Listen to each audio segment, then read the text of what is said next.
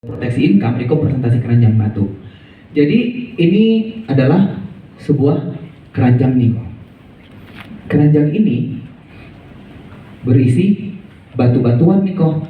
Ada batu yang besar dan ada batu yang kecil. Nah, keranjang yang berisi batu-batuan ini berada di atas sebuah landasan papan. Keranjang ini melambangkan kehidupan manusia, dan batu-batuan ini melambangkan biaya-biaya yang harus dikeluarkan untuk memenuhi kebutuhan sehari-hari. Contohnya nih kok ya, untuk menjalankan, maksudnya untuk kebutuhan sehari-hari gitu ya, untuk biaya hidup sehari-hari nih kok, yang paling gampang, yang paling simpel, yang paling kita tahu, biasanya untuk apa nih kok? Untuk makan ya, untuk kebutuhan sehari-hari nih kok. Nah, kalau misalkan anak sekolah, kita butuh untuk biaya sekolah nih kok. Lalu kalau misalkan yang paling umum ya, kalau kita punya cicilan rumah, cicilan mobil, kita bilang itu biaya juga kan ya kok, cicilan. Terus misalkan kan saya nggak mungkin dong, saya mau kerja terus ya, pastinya saya juga mau liburan, saya mau butuh hiburan. Ya kita ngomong aja, kita ada entertainment ya, entertain untuk diri sendiri. Lalu misalkan kebutuhan sehari-hari, listrik, air, apapun itu gitu ya, kita ngomong untuk utility. Tapi kita sambil, kadang tuh semuanya kita sambil role play teman-teman ya, tanya jawab ya. Jadi jangan teman-teman jawab sendiri, tapi teman-teman udah harus tahu poinnya. Kalau dia nggak jawab, kan nggak mungkin diam-diaman kan. Jadi kita yang lanjutin sendiri. Lalu misalkan kok kita menanggung orang tua ya, kita kalau menanggung orang tua kan berarti orang tua juga kan. Lalu misalkan kita bilang ada yang namanya dana darurat kok ya, atau dana lain-lain, kita ngomongnya lain-lain aja kok ya. Nah, keranjang yang berisi batu-batuan ini ya, di bawahnya berdiri satu orang nih kok, yang mana orang ini tangannya tuh naik nih ke atas untuk menopang keranjang ini. Waduh, tangannya gede sebelah teman-teman ya, tangannya gede sebelah. Nah, inilah yang kita sebut sebagai seorang ayah. Di samping ayah berdiri satu orang lainnya nih, tapi orang ini tuh tangannya turun kok ya. Inilah yang kita sebut sebagai seorang ibu. Dan di samping ibu ini juga berdiri dua orang lainnya ya, yang masih kecil-kecil. Nah, inilah anaknya. Keluarga ini berdiri di atas permukaan tanah yang tidak rata. Hal ini melambangkan kehidupan manusia kok. Kadang kita bisa di atas, kadang kita di bawah. Kita nggak pernah tahu kapan kita di atas, kapan kita di bawah. Yang jadi pertanyaan nih kok sekarang, boleh nggak sih sewaktu-waktu si ayah ngomong, duh gue capek nih, gue mau turunin dulu deh tangan gue satu. Boleh nggak kok? Boleh-boleh aja ya. Tapi yang terjadi ya, keranjang ini bisa jadi goyang ya. Atau si ayah bilang, boleh nggak tangan gue dua-duanya turun, capek nih. Boleh-boleh aja. Tapi yang terjadi, keranjang batu ini akan jatuh menimpa keluarga ini. Apalagi kok kalau si ayah tidak ada di situ. So, tangan ayah turun satu, itu melambangkan si ayah ini terkena sakit nih. Mungkin sakitnya biasa aja ya, mungkin kena demam berdarah, mungkin kena tipes, perlu istirahat seminggu 2 minggu nggak masuk kerja. Nah, kalau dia seorang pekerja ya mungkin gajinya dipotong, jadi agak goyang dikit nih pengeluaran, keranjang batunya agak goyang. Kalau dua tangan ayah turun, artinya si ayah ini bisa jadi terkena yang namanya risiko sakit kritis. Bayangkan kalau orang terkena cancer harus kemoterapi kok ya, dia nggak di situ, dia nggak bisa bekerja. Keranjang batu ini akan jatuh menimpa keluarga ini. Mau tidak mau tangan ibu harus naik.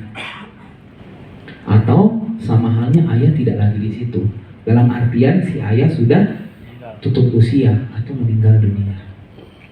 So, untuk menjaga supaya keranjang batu ini tidak jatuh menimpa keluarga ini, maka kita bangunlah di sisi kiri dan di sisi kanan yang kita sebut sebagai pilar-pilar keuangan.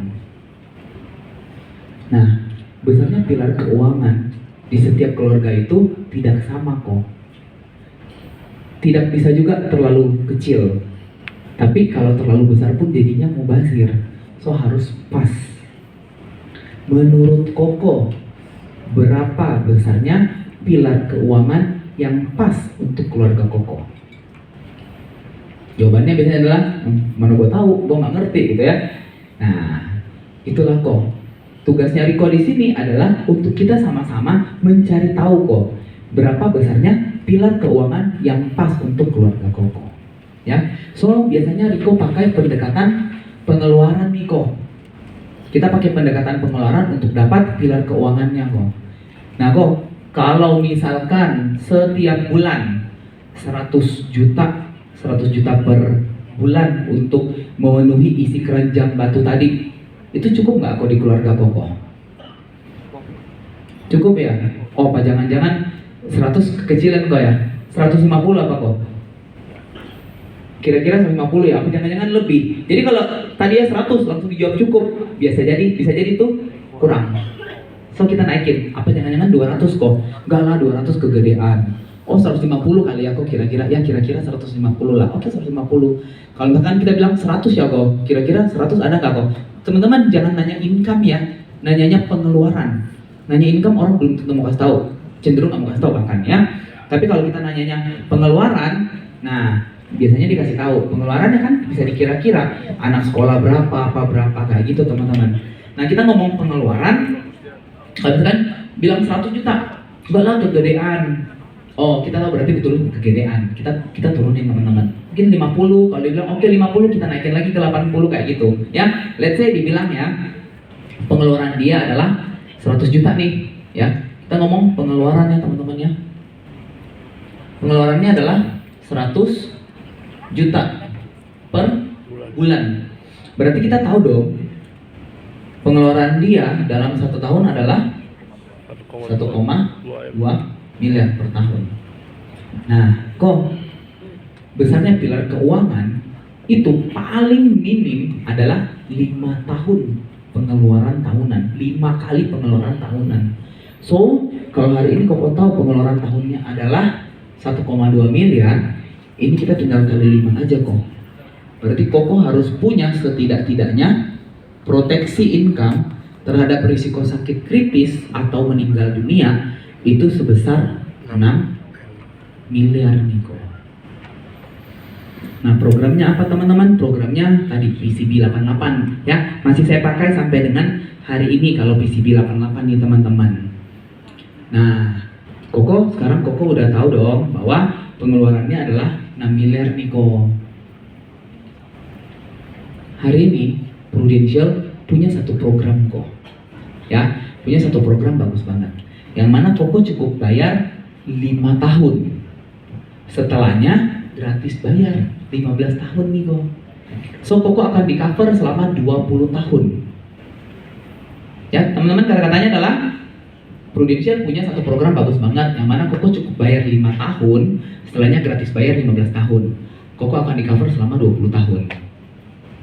Nah, jika terjadi risiko dalam 20 tahun itu, Prudential akan berikan 6 miliarnya nih kok untuk memproteksi income sebagai pilar keuangan tadi. Kalau misalkan sampai tahun ke-20 tidak terjadi risiko, maka Prudential kasih 2 opsi. Yang pertama, Koko bilang, ya udahlah saya udah nggak mau diproteksi lagi. Maka sebagai ucapan terima kasih, Prudential bilang nih, saya akan balikan semua yang sudah kamu bayarkan di 5 tahun pertama.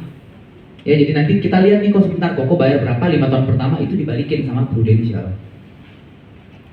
Tapi kalau misalkan Koko bilang saya mau terus dilindungin, ya, maka Prudential akan kasih kesempatan untuk Koko dilindungin hingga usia Koko 88 tahun. Nah, kalau terjadi risiko dalam masa itu, 6 miliarnya tetap keluar.